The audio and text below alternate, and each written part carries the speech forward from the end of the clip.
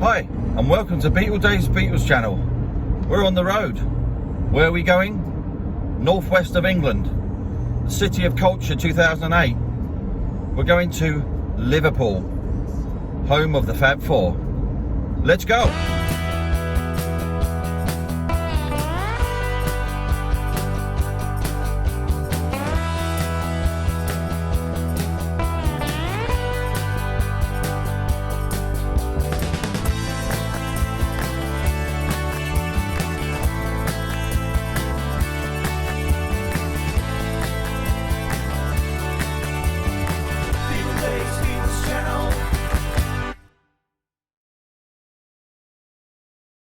Hi, and welcome to Dave's Beatles channel. And today we're stood in probably the most famous street in Liverpool.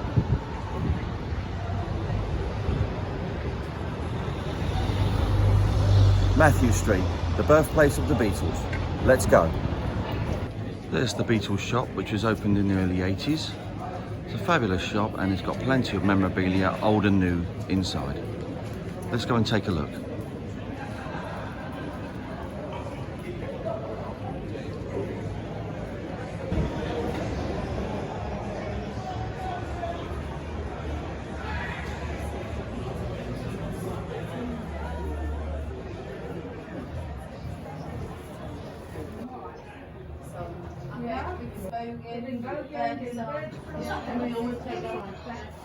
See, we'll have to get a picture of you up.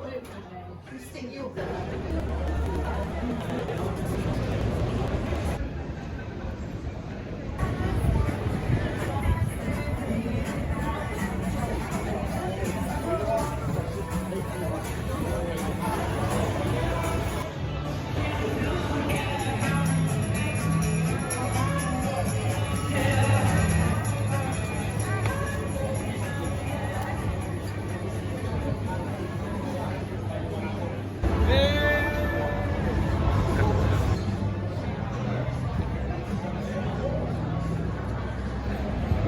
So we are here at the original entrance to what was the original Cavern Club. It closed in the early 70s and was filled in before it became an overground car park. So just along from here is the new Cavern Club.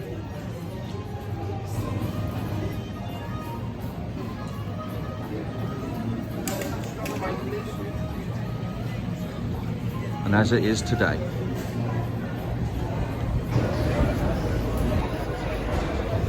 Statue of John Lennon with the famous Wall of Fame.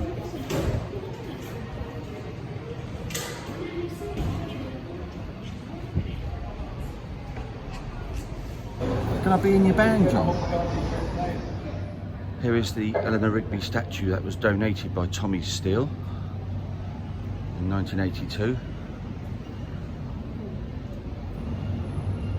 It's been moved at least twice in all the years that I've been coming up here. But she's pretty much settled now in this location, which is just around the corner from Matthew Street. But she always looked very sad.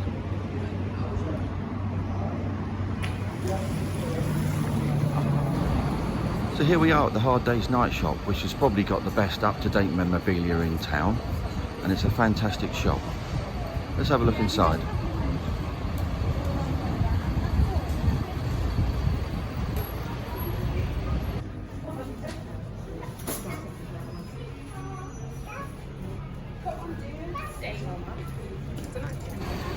Just along from the Hard Day's Night shop is the Hard Day's Night Hotel.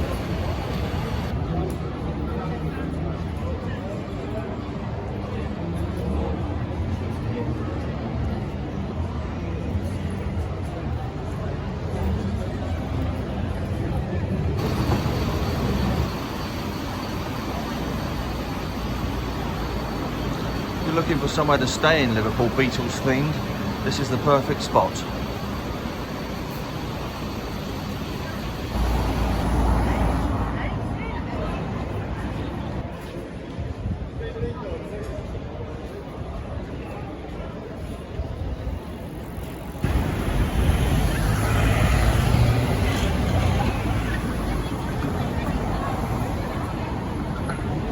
You're watching Dave's Beatles channel. I'm standing at the world famous Liver building on Pier Head in Liverpool. Apparently the face of the clock is 2 foot wider than any other clock face in the UK.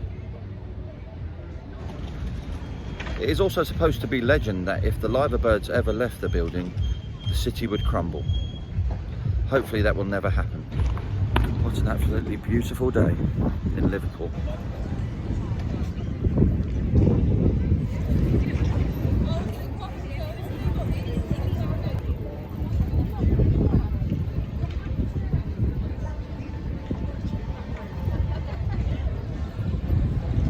So we are at the Museum of Liverpool, which is a very interesting and fantastic museum. They have many interesting items to look at, and it's all free.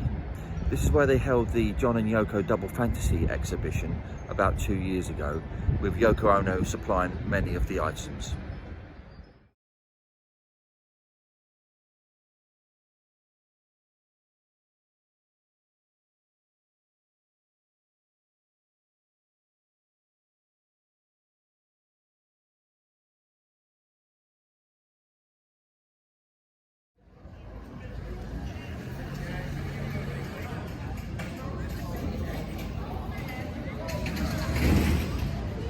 So here we are at the Beatles story in Liverpool on Albert Dock.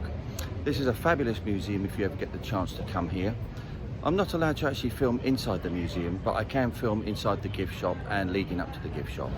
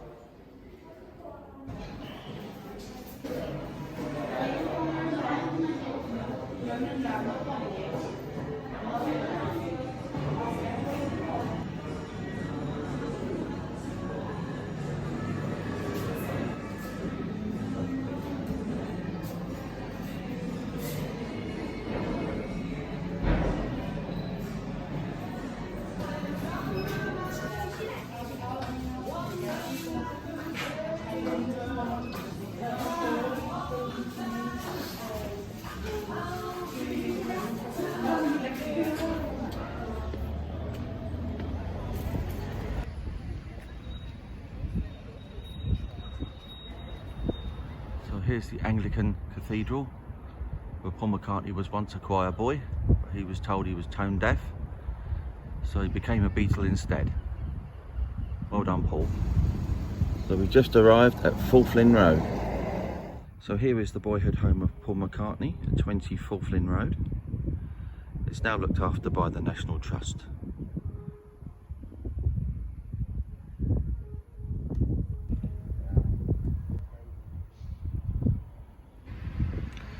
We have reached 251 Menlove Avenue.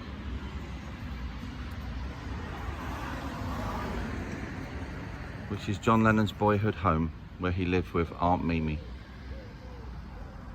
And is looked after now by the National Trust. And this place needs absolutely no introduction at all.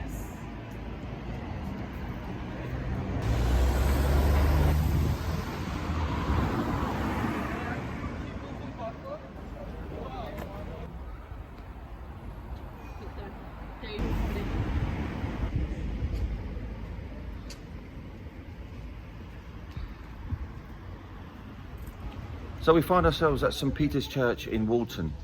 This is the legendary church where Paul McCartney first met John Lennon on the 6th of July 1957.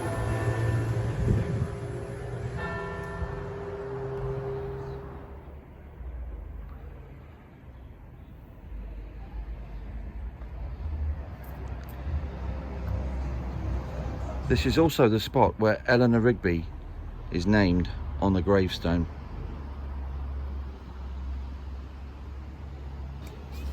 It was at this hall in the evening where Paul McCartney first played John 20 Flight Rock on his guitar, and the birth of the Beatles was made.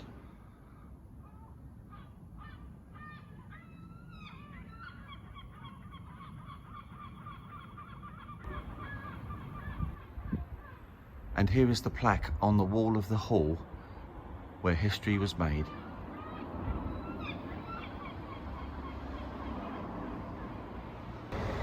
It's fabulous timing as I get to the Penny Lane sign. The Magical Mystery Tour bus has just turned up.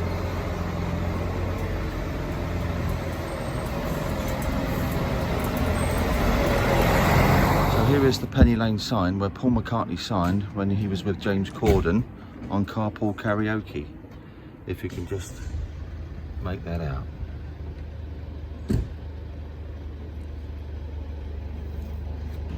It's been a fabulous day today looking around all the Beatles sites like I used to. So tomorrow is convention day. So that's it for day one. Hi and welcome to day 2 of my Beatles and Liverpool vlog. Behind me is the Adelphi Hotel, which has been hosting the Beatles convention for many years.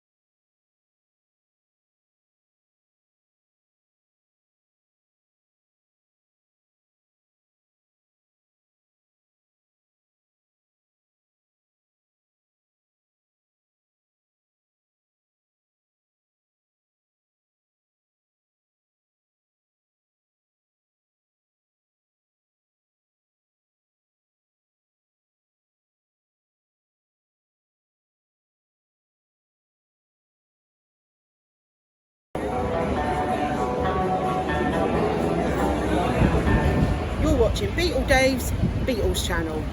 Now we need more of the show because it's Sunday, it's convention day. Hello, good afternoon. Welcome to International Beatle Week 2021. We're at the ballroom, convention day. All happy to be here. We've got lots and lots of things coming up throughout the hotel as we always do every year. And it's been hard for you, it's been hard for us. So it's just great to be able to see people we've known for years and years and years, and see some. After we've done the green sleeves and Michael bring the boat to shore and heaven knows what else, Roger and I are thinking, what can we do? And my 14-year-old son is with us, and he said, well, what about Imagine? Yes! So we sat down with pen and paper, and about an hour later we had Imagine, and then Imagine crossed out, and then there's something to do with the world, and we got a bus the next morning for 30 miles to phone a friend back in Chester to say, Margaret, don't talk, this is costing a lot of money, what are the words to Imagine? She said, I don't know. Almost like that, you know, and it was all stuck down there, you know. So, but the thing about John's voice is it reflects, as a kind of piece of social history, it's quite interesting as well, because the Liverpool accent has changed a lot. So when in the 1960s, it was almost like the outlook, everybody was trying to be posh, and so everybody was talking like that and making sure that they finished their sentences, you know. Whereas by the 1980s, it was all like that, it was dead, you know, it was all like someone's been put really tight across the ear all the time, you know. Well, I think Stephen mentioned in the book that he was quite taken with it. From what I can remember of that night, because it all went by in a flash, it was extraordinary, because when you're opening a show, you really don't know how people are going to behave. And of course, you could hear a pin drop during the whole show, so they could have been... Again, from Liverpool, Mr. Howie Casey.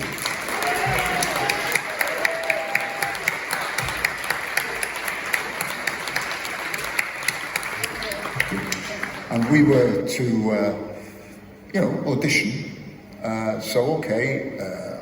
My band, the seniors, we did our bit, and then there was Cass and the Casanovas, who later became the Big Three. They did their bit, and various other bands. And there were these young guys that we didn't really know, and they were sitting to one side, and it was their turn to get up, but they didn't have a drummer with them. And of course, the guy who was playing drums, he was working, he had his job, So what happened was they asked Johnny Hutch, who's Big Three drummer, to sit in with him, which he did grudgingly, I think. But anyway, he did. And then that was the first time we saw the Silver Beatles, they were called at that time. And I just wrote back, what? Because all the band, my band, they were saying, you're joking, man, we're doing well here. So anyway, I wrote back saying, whatever you do, don't send, and I'll miss out a couple of words here, that band over here, they'll ruin the scene, yeah? And you're saying this just because you've only seen them once at the audition? Yeah, is that that's right? it. I never saw them other than that. So in your view, they were hopeless there, and so they wouldn't go down in show? Well, that's it. And they weren't going to play in the Kaiser Keller anyway. They thought they were.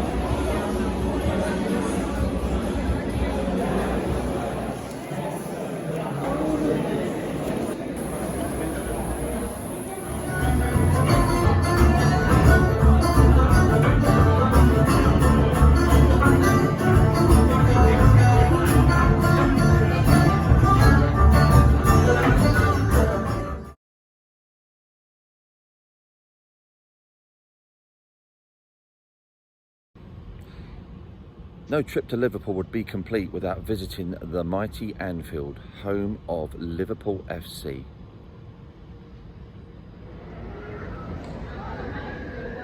Hope you've enjoyed my Beatles and Liverpool vlog. It really is a fantastic place to visit if you ever get the chance.